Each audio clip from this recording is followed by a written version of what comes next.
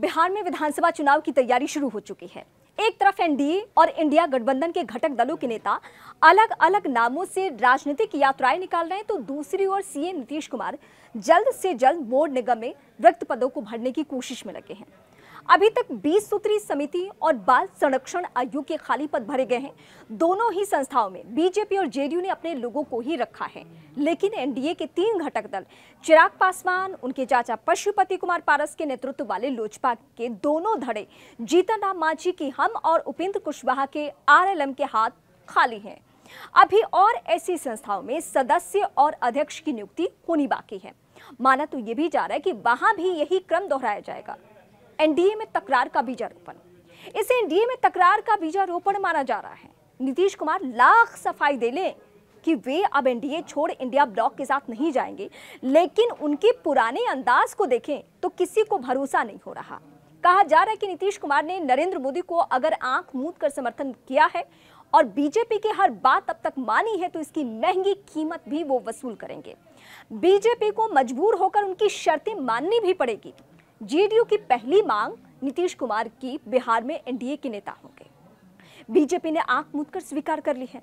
इसकी झलक तो उसी दिन दिख गई थी जब नरेंद्र मोदी के शपथ ग्रहण समारोह से लौटे बिहार के उप मुख्यमंत्री और तत्कालीन प्रदेश अध्यक्ष सम्राट चौधरी ने पटना पहुंचते ही घोषणा कर दी कि बीजेपी नीतीश के नेतृत्व में ही चुनाव लड़ने वाली है। बीजेपी के शीर्ष नेतृत्व ने भी इसका खंडन नहीं किया। अभी से साथी करने लगे हैं क्लेम। एनडीए के सहयोगी दलों में चिराग पासवान के नेतृत्व वाली एलजेपी-आर ने 40 सीटों की दावेदारी ठोक दी है। बार्गेनिंग की स्थिति में चिराग को हर जिले में एक यानी कुल 38 सीटें चाहिए। उन्होंने तो दबाव बनाने के लिए पहले ही 2 सीटों पर उम्मीदवार घोषित कर दिए हैं। शेखपुरा और मटिहानी के लिए चिराग ने उम्मीदवार के नाम फाइनल अभी ही कर दिए।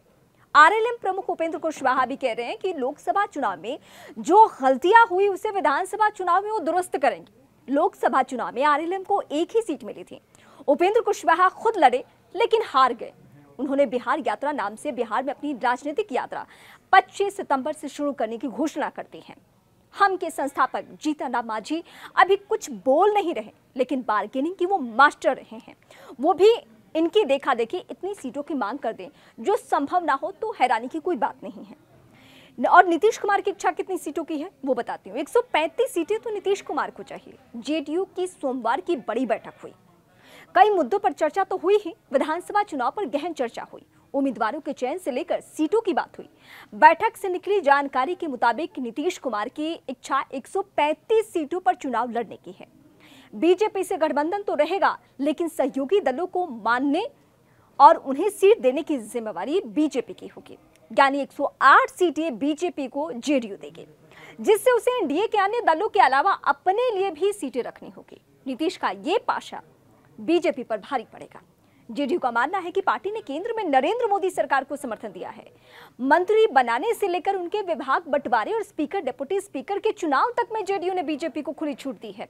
यहां तक कि बीजेपी ने आरएलएम के उपेंद्र कुशवाहा को जेडीयू के हिस्से से ही सीट से राज्यसभा भेजना चाहा, तो नीतीश ने कोई ऐतराज नहीं किया। अब बिहार में नीतीश कुमार अपने हिसाब से चलना चाहते हैं। हालांकि बैठक में यह भी राय बनी कि बातचीत में सीटें थोड़ी आगे पीछे हो सकती है, लेकिन जेडीयू किसी भी हाल में बीजेपी से अधिक सीटों पर चुनाव लड़ेगी। इसी संदर्भ में पिछले दिनों बीजेपी के राष्ट्रीय अध्यक्ष जेपी नड्डा के नीतीश कुमार से मुलाकात की खबरें भी मीडिया में छाई रही। यानी एनडीए में टिकट बंटवारा आसान होने नहीं जा रहा। आखिर नीतीश कुमार क्यों अधिक सीटें चाहते हैं, ये भी बताती हूँ। जेडीयू के प्रदेश अध्यक्ष उमेश कुशवाहा ने अधिक सीटें मांगने का कारण बताया। उन्होंने कहा कि लोकसभा चुनाव के दौरान पार्टी का परफॉर्मेंस बेहतर रहा है, अच्छा रहा है। विधानसभा चुनाव में इसे और बेहतर बनाना है। 100% सफलता के लिए काम सभी को मिलकर करना है। जेडीयू ने हर क्षेत्र के प्रभारी नियुक्त कर दिए हैं। सबको अपने इलाके में जोरों शोर से काम करना होगा। उन्होंने लोकसभा चुनाव के आंकड़े भी बताए। उन्होंने कहा कि लोकसभा चुनाव में 243 विधानसभा क्षेत्रों में जेडीयू 74 सीटों पर, बीजेपी 68 सीटों पर आगे रहे। जेडीयू इसी आधार पर अधिक सीटों पर चुनाव लड़ने की बात कर रहा है। अंदर की सूचना यही है, जेडीयू 135 सीटें अपने लिए रखेगा और बाकी सीटें बीजेपी को देगा। जेडीयू का तर्क है कि उसका समझौता बीजेपी से है। बीजेपी अपने हिस्से की सीटों से सहयोगी दलों को देगी। बड़े भाई की भूमिका में रहने के कारण जेडीयू बीजेपी से अधिक सीटों पर चुनाव लड़ने जा रही है विधानसभा में।